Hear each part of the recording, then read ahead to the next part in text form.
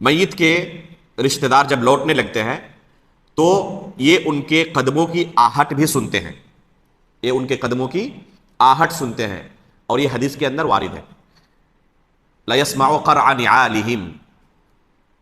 اس سے بعض لوگوں نے یہ دلیل پکڑی ہے کہ مردے سنتے ہیں، اور جب سنتے ہیں تو ان سے ہم فریاد رسی کر سکتے ہیں، اپنی ضرورت اور حاجت طلب کر سکتے ہیں۔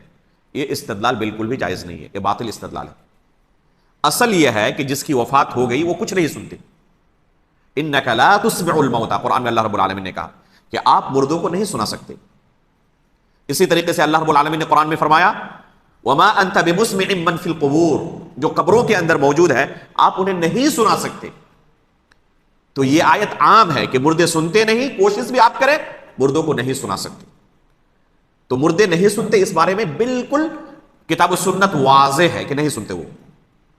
البتہ جو بعض دلیلیں ملتی ہیں وہ خاص حالت پر محمول کیے جائیں گے، جیسے کہ جو لوگ تدفین کے لیے جاتے ہیں ان کے واپس لوٹنے کی جو آواز ہے، قدموں کی آہٹ کو مردے سنتے ہیں، تو ہم اس پر ایمان لاتے ہیں، کیونکہ شروع میں ہم نے کہا تھا کہ یہ مرحلہ جو ہے غیب سے تعلق رکھتا ہے، ہم عقل و قیاس سے کچھ بھی نہیں کہہ سکتے۔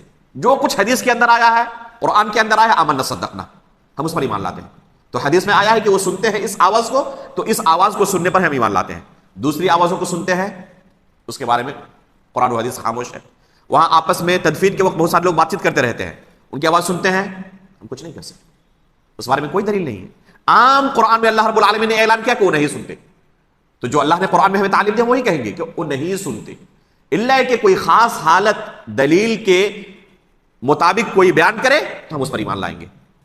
جیسے کہ بعض لوگ دلیل پیش کرتے ہیں مردوں کے سننے کے کہ اللہ کے رسول نے جنگ بدر کے موقع پر کیا کیا، جو قریش کے 24 بڑے بڑے سردار تھے ان کو بدر کے کنویں کے اندر پھینکنے کا حکم دیا، اور پھینکنے کے بعد اللہ کے رسول اس کنویں پر کھڑے ہوئے اور ایک ایک کا نام لے کر اللہ کے رسول پکارنے لگا اور کہا کہ جو اللہ رب العالمین نے ہمارے ساتھ وعدہ کیا تھا ہمیں تو مل چکا، ہمیں اللہ رب العالمین نے عزت دی ہے، جو تمہارے ساتھ اللہ نے وعدہ کیا تھا کیا تمہیں مل چکا ہے؟ نہیں مل چکا۔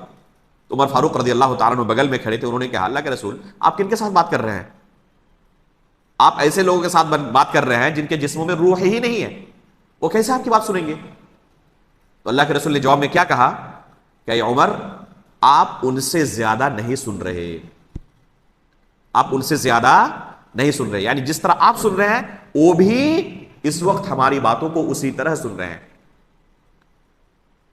یہ حدیث بعض لوگ دلیل کے طور پر پیش کرتے ہیں اور کہتے ہیں کہ مردے سنتے ہیں۔ دیکھیں اللہ کے رسول نے خود کفار قریش کے سرداروں کے ساتھ اس طرح بات چیت کی اور انہیں سنایا۔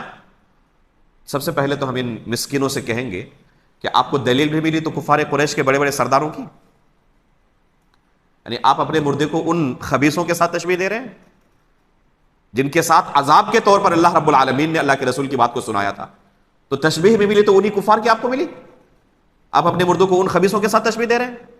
دوسری بات، اسی حدیث کے اندر دلیل موجود ہے کہ مردے نہیں سنتے۔ کس طرح؟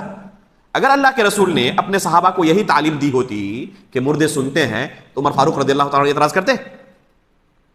اگر یہی تعلیم دی ہوتی کہ مردے سنتے ہیں، پہلے سے ان کے عقیدے میں یہی ہوتا کہ مردے تو سنتے ہیں، تو عمر فاروق رضی اللہ تعالیٰ اعتراض کرتے؟ اعتراض ہی نہیں کرتے۔ اعتراض کرنے کا معنی یہی ہے کہ اللہ کے رسول نے ان کو یہی تعلیم دی ہوئی تھی کہ مردے نہیں سنتے ہیں، تو یہ حدیث خود دلیل ہے کہ مردے نہیں سنتے ہیں۔